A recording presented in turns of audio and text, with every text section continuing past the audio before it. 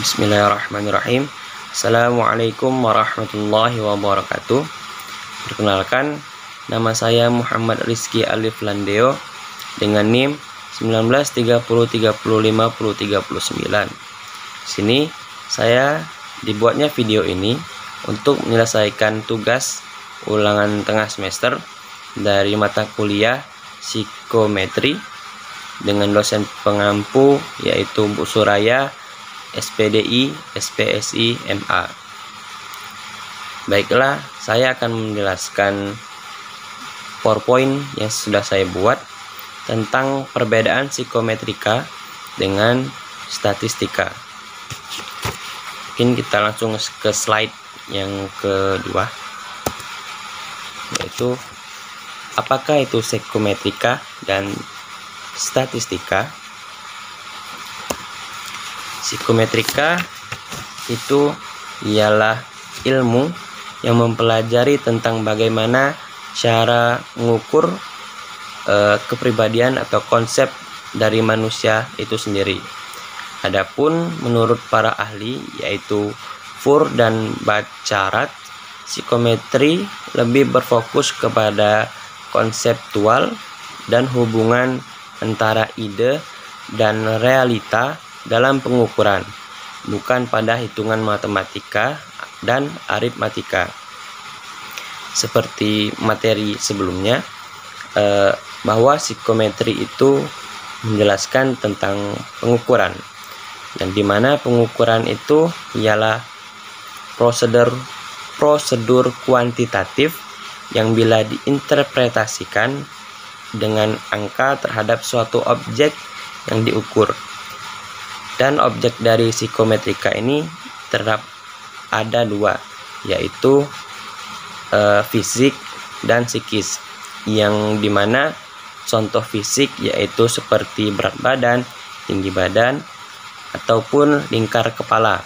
Sedangkan dari objek psikis contohnya yaitu kebahagiaan, motivasi, dan kecerdasan. Setelah mengetahui pengertian dari pengukuran juga mempunyai beberapa karakteristik. Setidaknya ada 3 karakteristik. Yang pertama yaitu memiliki atribut, di mana atribut ini ialah objek yang sempat kita jelaskan tadi. Yang kedua yaitu hasil dari psikometri ini selalu bersifat kuantitatif, yaitu bersifat angka. Dan yang ketiga, hasil deskriptifnya itu masih berupa angka. Kembali ke poin kedua tadi, hasilnya selalu bersifat angka. Walaupun kita diminta untuk membuat hasil deskriptifnya, tetap ujung-ujungnya itu bersifat angka. Jadi bisa dibilang yang menjadi ilmu atau dasar dari psikometrika ini adalah pengukuran psikologi manusia. Selanjutnya kita lanjut ke slide ke-4, yaitu pengertian dari statistika. Statistika ialah ilmu yang mempelajari semua tentang data, mulai dari pengumpulan, penyajian, analisa, bahkan sampai terbentuknya suatu kesimpulan.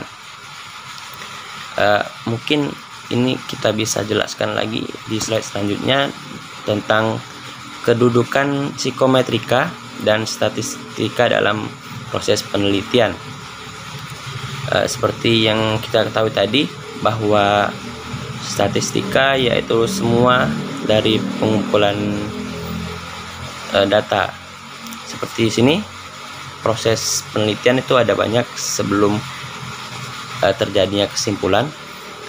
Pertama yaitu ada masalah, terus kita membuat teori dari permasalahan itu, terus menentukan sampel, mengumpulkan data, menyajikan data, menganalisa data, terus setelah penganalisaan itu terbuatlah pembahasan, dan setelah pembahasan kita mendapatkan kesimpulan.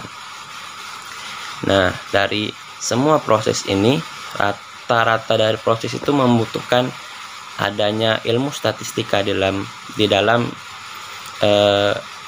penelitian. Contohnya yaitu menentukan sampel itu perlu statistika, terus menyajikan data itu perlu statistika, dan menganalisa itu perlu statistika. Nah, untuk pengumpulan data itu kita memerlukan instrumen, di mana instrumen itu bisa kita dapatkan dengan ilmu psikometrika, yang dimana instrumen itu kita uji validitas dan reliabilitasnya, sehingga setelah instrumen ini telah valid dan reliable, barulah kita melakukan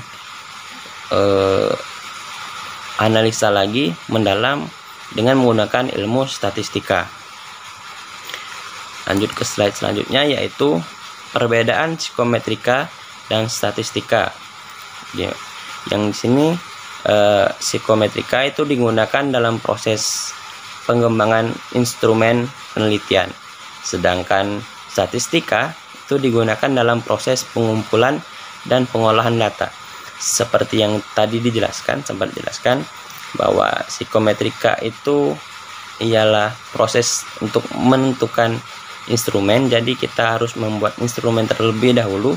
Setelah instrumennya dapat dan dapat dipastikan bahwa instrumen ini valid dan reliable, barulah kita menganalisa dan mengumpulkan itu dan mengolah data. Dan mengolah data itu ialah bagian dari ilmu statistika tadi. Selanjutnya yaitu aplikasi tidak bisa lepas dari konsep-konsep statistika. Nah, keilmuan dari psikometrika ini saling berhubungan, jadi tidak bisa lepas dari aplikasi-aplikasi statistika. Sedangkan dari statistika sendiri, pengambilan kesimpulan tidak lepas dari instrumen yang telah digunakan. Hal ini seperti yang dijelaskan tadi, bahwa tidak akan dapat bisa diambil suatu kesimpulan atau menguji hipotesis apabila instrumen ini tidak ada, atau instrumen yang kita pakai itu kurang valid atau tidak reliable bahkan. Jadi pengambilan kesimpulan ini bisa dilakukan ketika instrumen dari ilmu psikometrika ini telah kita dapatkan dan telah kita uji validitas dan reliabelnya. Selanjutnya yaitu berguna sebelum penelitian utama untuk memastikan instrumen yang dipakai ialah valid dan reliable. Seperti yang dijelaskan tadi, bahwa psikometrika itu berguna untuk membuat instrumen dan memastikan bahwa instrumen yang dipakai itu telah valid dan reliable. Yang dimana reliable atau reliable ini, pengertian dari reliable itu sendiri yaitu sejauh mana pengukuran suatu tes tetap konsisten walaupun tes itu dilakukan berulang-ulang kali dengan subjek yang sama dan di kondisi yang sama. Sedangkan dari statistika yaitu berguna ketika ada instrumen yang valid dan reliable. Jadi apabila tidak ada instrumen yang valid dan reliable, proses statistika tidak bisa dimulai atau dijalankan. Kita lanjut ke next slide. Baik, di slide selanjutnya ini kita membahas tentang alat yang sama akan tetapi beda tujuannya. Dari psikometri dan statistika itu mempunyai beberapa alat yang notabene itu sama. Kita contohkan saja alatnya, yaitu uji korelasi. psikometrika mempunyai uji korelasinya tersendiri, statistika mempunyai uji korelasinya sendiri. Jikalau kita sedang mengembangkan alat ukur, kemudian kita menguji cobakannya pada sampel, maka segala kegiatan kita yang berhubungan dengan korelasi itu ialah kegiatan dari psikometrika. Contoh yaitu kita sedang mengkolerasikan item total, yaitu atau analisis item, dimana kita membuat instrumen. Tentu kita harus menganalisis item-item yang kita pakai, sehingga item yang kita pakai ini bisa menjadi reliable dan valid. Sedangkan dari statistika, uji korelasi yang dilakukan yaitu adalah untuk mengeksplorasi data atau statistik deskriptif, atau menjawab hipotesis atau statistik inferensial. Maka kegiatan itu seperti mengeksplorasi data atau menjawab hipotesis itu masuknya karena statistika. Jadi bisa kita simpulkan dan bisa kita ulangi lagi bahwa alat yang sama akan tetapi beda tujuan. Di sini alatnya dicontohkan uji korelasi. Psikometrika mempunyai uji korelasinya sendiri, statistika mempunyai uji korelasinya sendiri. Uji korelasi psikometrika ini untuk menganalisis setiap item, mengkolerasi item-item itu valid agar bisa digunakan. Dan sedangkan uji korelasi yang dilakukan pada statistika itu segala bentuk pengolahan data atau eksplorasi data dan pengujian terhadap hipotesis itu masuknya ke ranah statistika. Baik, untuk slide selanjutnya yaitu tentang dari penjelasan tadi timbul suatu pertanyaan. Bisakah menggabungkan psikometrika dengan statistika? Jawabannya itu bisa, tentu bisa, yaitu dengan menggunakan dua cara yang seperti yang ditampilkan pada slide ini. Yang pertama yaitu penelitian dengan menggunakan pendekatan pemodelan struktural, atau dalam bahasa Inggris itu Structural Equation Modeling atau disingkat SEM, biasa dikenal dengan SEM. Dan kedua yaitu dengan menggunakan tryout terpakai, dimana penelitian dengan menggunakan pendekatan SEM ini yaitu berlangsung secara bersamaan dalam suatu analisis. Jadi konsep dari SEM ini yaitu penggabungan antara proses pengembangan instrumen atau alat ukur dengan proses hipotesis. Jadi proses pengembangan instrumen dan proses pengujian hipotesis itu digabung secara langsung. Yang kedua yaitu dengan cara tryout terpakai. Cara ini sebenarnya masih banyak dalam perdebatan.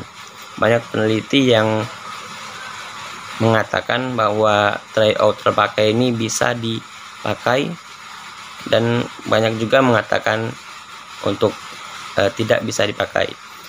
Jadi untuk konsep dari tryout terpakai ini yaitu mengambil satu data tertentu, di mana satu data tertentu itu dipakai untuk mengembangkan instrumen sekaligus menjadi menjadi acuan dari pengujian hipotesis. Sebagaimana idealnya bahwa sebelum mengujikan hipotesis itu kita harus mempunyai instrumen yang valid dan reliable. Nah, di cara penelitian tryout terpakai ini kita mengambil satu data, di mana satu data ini kita pakai untuk dua cabang keilmuan, psikometrika dan statistika. Jadi satu data ini kita ambil untuk langsung dijadikan instrumen yang kita pakai, dan dari data ini juga dipakai untuk pengujian hipotesis. Biasanya tryout terpakai ini digunakan